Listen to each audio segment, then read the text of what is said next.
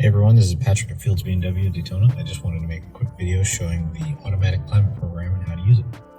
So, if you have the car in automatic climate, it'll say auto next to the temperature down there. So what that means is that you can adjust just the temperature using those little plus and minus buttons, and then the car will do the rest. It will take care of how hard the fans are blowing, where they're blowing, either out of the middle or down on your feet, and it will get the temperature down to or up to whatever you set it, and then it will maintain that temperature. So you can kind of hear the fan speed. It's kind of on low now.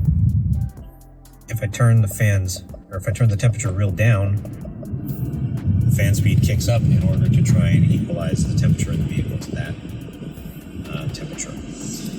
So if I go back up to what I had it at before, it's already there, so the fan speed kicks back down. If I go up, same thing. So as I increase the temperature, the fan speed increases, and the car is going to blow hotter air at me to try and get it up to that high temperature.